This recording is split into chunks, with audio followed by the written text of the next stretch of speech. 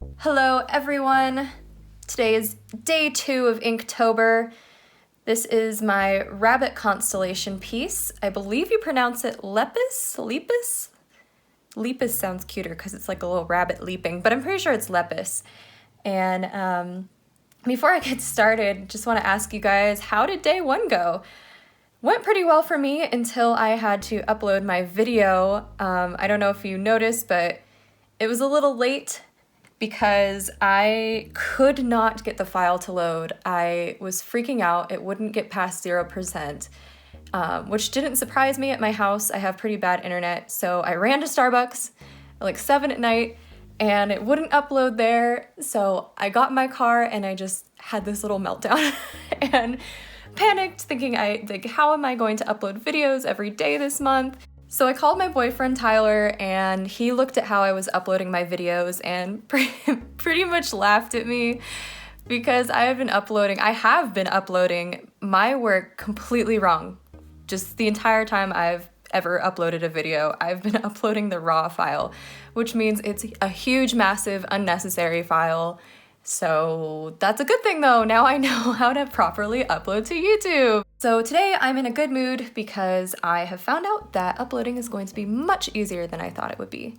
As you can notice with these pieces, I'm doing a bit of an accent color. I couldn't decide if I wanted to do black or white, but I'm kind of glad I went with color. Each piece will be a little bit of a different color scheme, but I think I'm going to go mostly with the typical galaxy colors like pinks and purples and blues. I actually did this piece first. I drew out day 1 and day 2, and I just love this pose into it. I couldn't help myself. I don't know if you ever have a piece like that where you sketch something out and you just have to tackle it immediately. Some of you were wondering in the last video what supplies I was using. I did post a supply video that's linked below, but from now on I will also tag a few of the key items I use in each piece. I will link that video though because I have all of those supplies around me and sometimes I just kind of reach for one and use whatever I feel like, so I kind of forget sometimes what exactly I'm using. Again, the texture effect I'm using in the background is just a little sprinkle of salt over the ink wash that I have laid down. I'm still using that Deleter number 4 ink, I really like it, and just using a brush and dipping it into that Deleter ink for filling in the black areas. Some of you also asked what brands of watercolor I'm using, and again, I just usually use professional grade, but some of my favorites are Winsor & Newton. Daniel Smith has lovely colors. M. Graham is really nice. The brand doesn't usually matter too much to me as long as it's artist quality, so I just have kind of a layout on the side of some colors, and I'm picking and choosing what I want to use. The rabbit just seemed to really match well with pink. I completely pressed the wrong button when I was filming painting her hair, so that's why it kind of disappears here. Sorry. Essentially, I just used it like ink wash and did a wet into wet technique where I placed down some of the colors and they spread out into the water, so it gives a very fluid effect, kind of like I'm doing here with the gray. I also put a little bit of salt in it, and I actually really don't like how that turned out. Her hair didn't work for me. So I ended up covering that up with black. As you can kind of see with the color, it's textured, but I don't know, it's a little sloppy to me.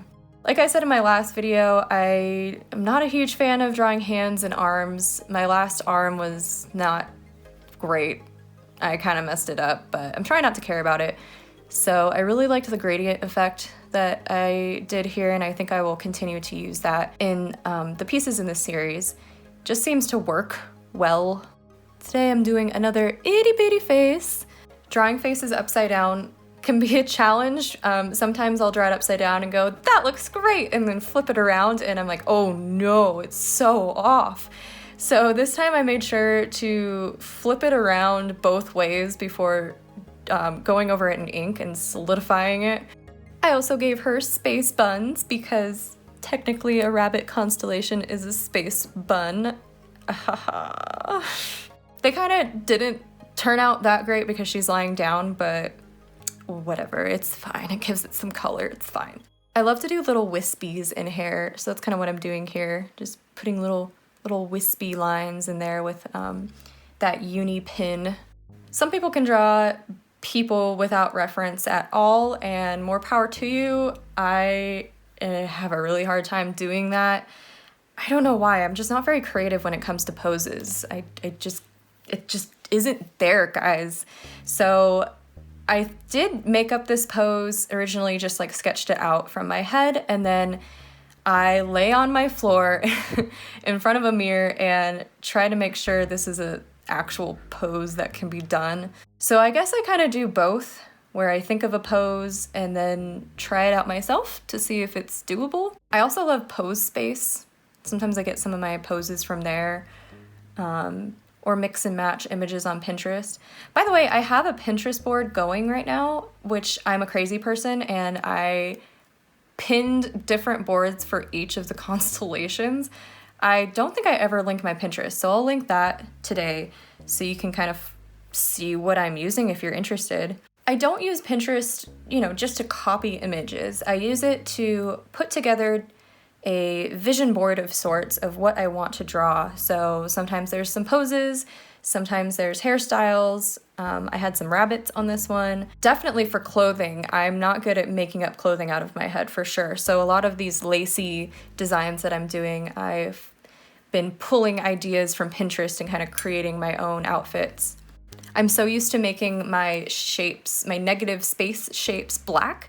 So doing it with white was really fun and different for me. I usually don't focus on clothing, so making sure I spent some time on that was also a unique challenge for me. In today's piece, I noticed that her left leg is a bit too long. I don't know why I'm pointing out my flaws to you, I guess because I know somebody's going to do it for me, but I'm trying not to care about it. I'm trying to just go with the flow, and you know what? If something's a little off, oh well. Usually I kind of mentally beat myself up if I get something off like that, especially with anatomy, but I'm trying not to care this year. I noticed at this point that the white wasn't popping out enough, so I put in some more shadows. A lot of ink wash is just pushing and pulling. Well, you never want to go too dark at first because there's no going back, but kind of starting light and then slowly building up.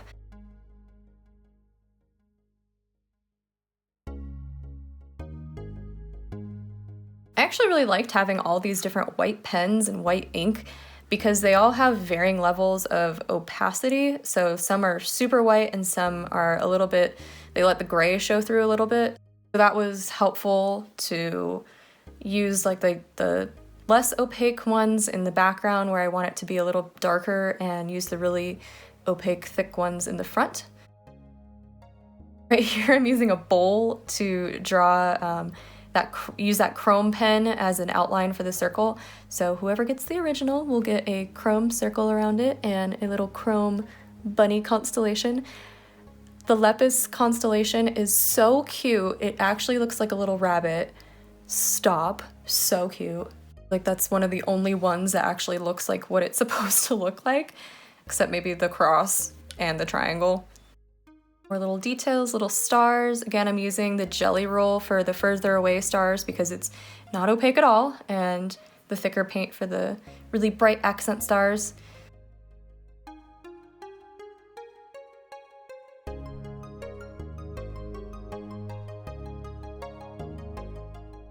Then here's that little finishing up details in the illustration, signing my name, all that fun stuff.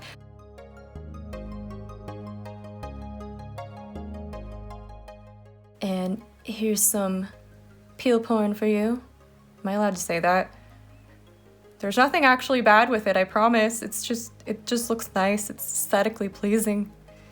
It just feels so good to be done with a piece and take off that tape.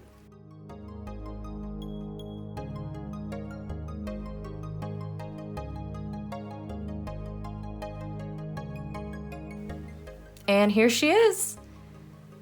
She's a cute little rabbit pinup star girl, and I really had fun with her. Now you can kind of see the shine I'm talking about. I hope you all like her. Be sure to check out that LifeInk18 hashtag, especially on Instagram. There's a lot of people following my prompt list, and I'm just so proud of you all. You're doing so well. It's not easy to keep up with Inktober. I know it's just day 2, but I'm proud of you all for sticking along with it.